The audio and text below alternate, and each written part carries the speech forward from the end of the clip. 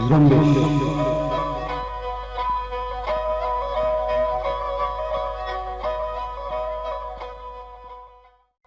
آج پشنبے 4 جون اور سال 2020 ہے۔ یہ ریڈیو زمبش اردو کی آواز ہے اور میں ہوں حمیرہ بلوچ۔ سامعین، اس وقت پوری دنیا کورونا سے جنگ لڑ رہی ہے، جبکہ بلوچ قوم اپنی فنا و بقا کی جنگ لڑ رہی ہے۔ کوئی ایسا دن نہیں گزرتا کہ بلوچ علاقے آپریشن کے زد میں نہ ہوں، بلوچ فرزند اغوا نہ ہوں، بلوچ گھر نہ جلائے جا رہے ہوں۔ بلوچوں کی نسل کشی سے بڑھ کر بلکہ نسلی صفایا ہو رہا ہے۔ بلوچ مرد تو روز اول سے اغوا کیے جا رہے تھے، 2014 سے بلوچ خواتین بھی اغوا کیے جا رہے ہیں۔ مہذب بلوچ سماج کو ملا و منشد فروشوں پر مشتمل ڈیتھ اسکواڈ کے حوالے کیا گیا ہے کہ جو روز ایک گھر پر ڈاکہ ڈالتے ہیں۔ انہی آرمی کے داشتہ ڈیتھ اسکواڈ کے ہاتھوں ڈنک میں ملک ناز شہید اور ننھی برمش زخمی ہوئی۔ اب آرمی اپنے چمچوں کے ذریعے ڈیتھ اسکواڈ کو بچانے کی کوشش کر رہی ہے، جبکہ بلوچ قوم آرمی و اس کے پالے ہوئے ڈیتھ اسکواڈ کے خلاف سراپا احتجاج ہیں۔ آئیے سنتے ہیں شہ سرخیاں۔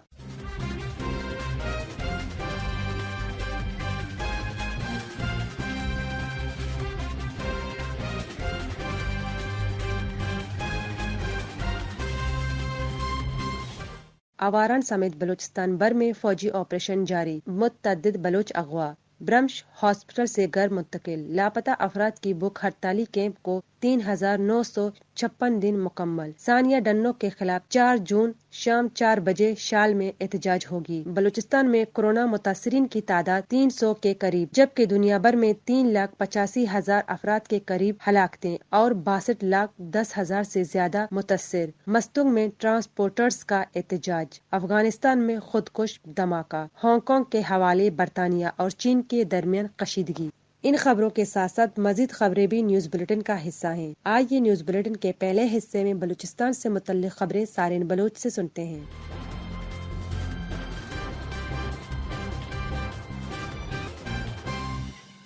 قابض پاکستانی فوج نے جھاؤ سے ایک شخص کو حراست میں لینے کے بعد نامعلوم مقام منتقل کر دیا ہے۔ ریڈیو زمبش کو ملنے والی اطلاعات کے مطابق جھاؤ سے نوجوان یاسین ولد پیرجان 2 روز قبل اپنے گھر سے بازار جا رہا تھا کہ راستے میں لاپتہ ہو گئے۔ یاسین جھاؤ کے علاقے واجہ باغ شاہی تریپ کا رہائشی ہے۔ گھر کے راستے سے اس کا موٹر سائیکل ملا ہے، لیکن ابھی تک اس نوجوان کا کوئی پتہ نہیں چل رہا۔ دوسری طرف آوران کے پہاڑی علاقے دراسکی میں بڑی تعداد میں قابض پاکستانی فوج داخل ہو کر آپریشن کر رہے ہیں۔ علاقہ دور دراز اور مواصلاتی نظام نہ ہونے کی وجہ سے دیگر تفصیلات تک رسائی حاصل کرنے میں مشکلات کا سامنا ہے۔ کوئٹہ میں نامعلوم مسلح افراد کی فائرنگ سے ایک 16 سالہ طالب علم ہلاک ہو گیا ہے۔ پولیس کے مطابق طالب علم اسماعیل کو کاسے قبرستان کے قریب نامعلوم مسلح افراد نے فائرنگ کر کے قتل کر دیا۔ مقتول مری آباد کا رہائشی اور 9ویں جماعت کا طالب علم ہے۔ نوجوان کی ہلاکت کے بعد اس کے لواحقین نے لاش ریڈ زون کے باہر رکھ کر احتجاج کیا، تاہم بعد میں ڈپٹی کمشنر کوئٹہ اورنگزیب بادینی اور دیگر نے مظاہرین سے مذاکرات کیے اور انہیں ملزمان کی گرفتاری کے لیے اقدامات کرنے کی یقین دہانی کروائی، جس پر مظاہرین پرامن طور پر منتشر ہو گئے۔ بلوچستان کے دارالحکومت کوئٹہ میں لاپتہ افراد کی بازیابی کے لیے voice for Baloch missing persons کے لیے قائم بھوک ہڑتالی کیمپ کو 3978 دن مکمل ہو گئے ہیں۔ اس موقع پر voice for Baloch missing persons کے وائس چیئرمین ماما قدیر بلوچ نے مختلف وفود سے گفتگو کرتے ہوئے کہا کہ بلوچستان میں مسخ شدہ لاشیں، بمباریوں کے شکار ویران بستیاں پاکستانی فوج کی بربریت کو ہر قدم پر ظاہر کرتی ہیں۔ پاکستانی فوج نے بلوچ سرزمین کو خون آلود کر دیا ہے۔ جو بلوچ فرزند شعور رکھتے ہیں انہیں پاکستانی فوج اغوا کر کے ان کی مسخ شدہ لاشیں ویرانوں اور جنگلوں میں پھینکتا ہے۔ ماما قدیر بلوچ نے مزید کہا کہ ثانیہ ڈنک کے خلاف برمش یکجہتی کمیٹی شال کی جانب سے آج بروز جمعرات 4 جون کو کوئٹہ پریس کلب کے سامنے 4 بجے ایک احتجاجی مظاہرہ کیا جائے، جس میں انہوں نے تمام مکاتب فکر کے لوگوں سے شرکت کرنے کی اپیل کی ہے۔ کوئٹہ میں 40 گھنٹوں کے بعد انٹرنیٹ سروس کو واپس بحال کر دیا گیا ہے۔ واضح رہے کوئٹہ میں نامعلوم وجوہات کے باعث 3G اور 4G انٹرنیٹ سروس کو معطل کر دیا گیا تھا، جس سے عام عوام کو مشکلات کا سامنا کرنا پڑا۔ تاہم انٹرنیٹ سروس کو بدھ کے روز واپس بحال کر دیا گیا ہے۔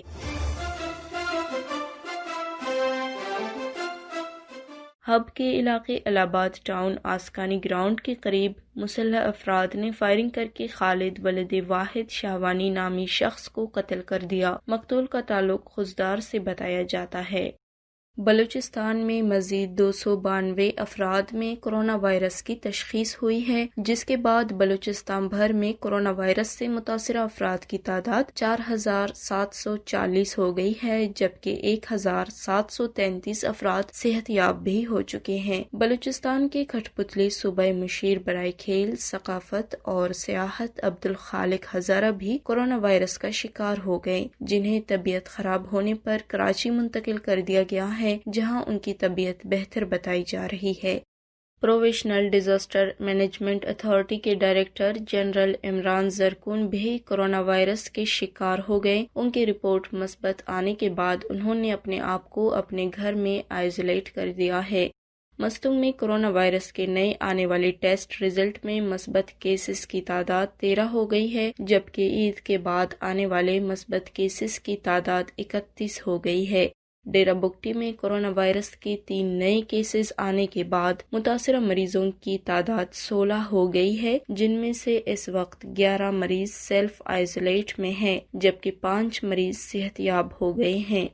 بلوچستان کے کھٹ پتلی صوبہ وزیر زراعت انجینئر زمرک خان اچکزئی نے کہا ہے کہ پاکستانی حکومت کرونا وائرس کے باعث بحرانی کیفیت کو محسوس کرتے ہوئے بلوچستان کے زمینداروں کے بلوں کو معاف کر کے انہیں غیر اعلانیہ لوڈ شیڈنگ ختم کر کے نان شبینہ کا محتاج ہونے سے بچائے۔ ان کا کہنا تھا کہ صوبائی حکومت بھی اپنے وسائل بروئے کار لاتے ہوئے زبوں حال زمینداروں کو مسائل سے نکالنے کے لیے اقدامات اٹھا رہی ہے۔ آل بلوچستان پبلک ٹرانسپورٹ کے رہنماؤں نے کہا ہے کہ بلوچستان حکومت کی طرف سے آج اگر ٹرانسپورٹ چلنے کی اجازت نہیں ملی تو وہ مجبوراً پاکستان کے دیگر صوبوں کی طرف جانے والے تمام راستے بند کر دیں گے۔ ان کا کہنا تھا کہ بلوچستان حکومت ہمارے ساتھ سوتیلی ماں کا سلوک کر رہی ہے۔ لسبیلا سے کراچی جانے والے تمام ٹرانسپورٹ بشمول بسز چل رہی ہیں، لیکن بلوچستان کے دیگر علاقوں کی ٹرانسپورٹ بند پڑی ہوئی ہے۔ دوسری طرف مستونگ ٹرانسپورٹ یونین نے کوئٹہ کراچی تفتائیں شاہراہ لکپاس کے مقام ہر قسم کی ٹریفک کے لیے بند کر کے احتجاج کیا۔ احتجاجی مظاہرین کا کہنا تھا کہ باقی سارے صوبوں نے اپنے پبلک ٹرانسپورٹ کو اپنے عوام کے لیے کھول دیا ہے، حتیٰ کہ وزیر اعلیٰ کے اپنے علاقے بیلا اتھل کی بھی ٹرانسپورٹ ہب چوکی کے لیے جا رہی ہے، لیکن کوئٹہ ٹو مستونگ 40 کلومیٹر ہے، اس کو صرف لوکل بسوں کے لیے بند کیا گیا ہے۔ یہ تھی سارن بلوچ۔ اب علاقے اور عالمی خبریں خلیل واڈیلا سے سنیے۔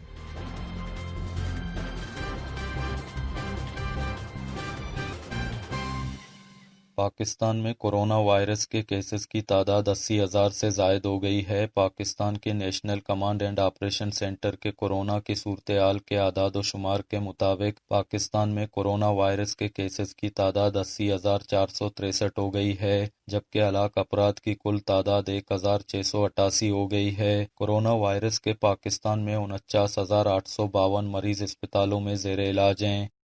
لاہور مسلم لیگ نون کے رکن پنجاب اسمبلی شوکت منظور چیمہ کئی روز تک کورونا وائرس میں مبتلا رہنے کے بعد جان کی بازی ہار گئے ہیں۔ شوکت منظور چیمہ گزشتہ 10 روز سے وینٹی لیٹر پر تھے۔ دوسری طرف خیبر پختونخوا میں پاکستان تحریک انصاف کے رکن صوبائی اسمبلی میاں جمشید الدین کاکا کیل بھی کورونا وائرس کے باعث وفات پا گئے ہیں۔ سندھ سے تعلق رکھنے والا صوبائی وزیر مرتضی بلوچ بھی کورونا کے باعث جان کی بازی ہار گئے ہیں۔ گزشتہ دنوں ان کا کورونا ٹیسٹ پازیٹیو آ گیا تھا، جس کے بعد انہیں نجی اسپتال منتقل کر دیا گیا تھا۔